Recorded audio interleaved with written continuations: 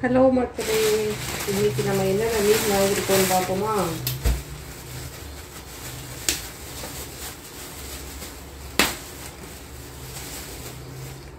இது பாறை மீனும் சீலா மீனும்.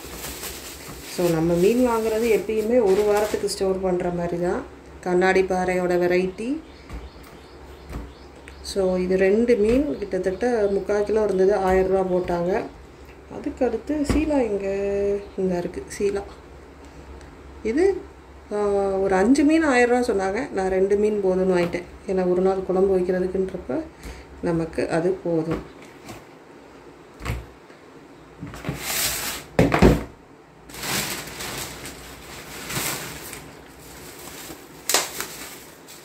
இது நம்மளுடைய விலமீன்.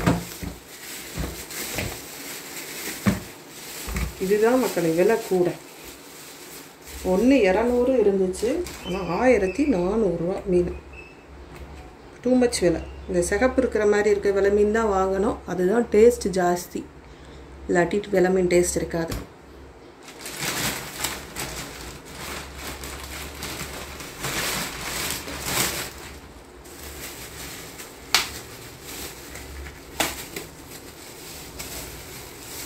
இது நம்மளுடைய அரக்குலா. ஹாஃபாக ஒருத்தவங்க வாங்கியிருந்தாங்க, அது போக ஹாஃப் இருந்தது.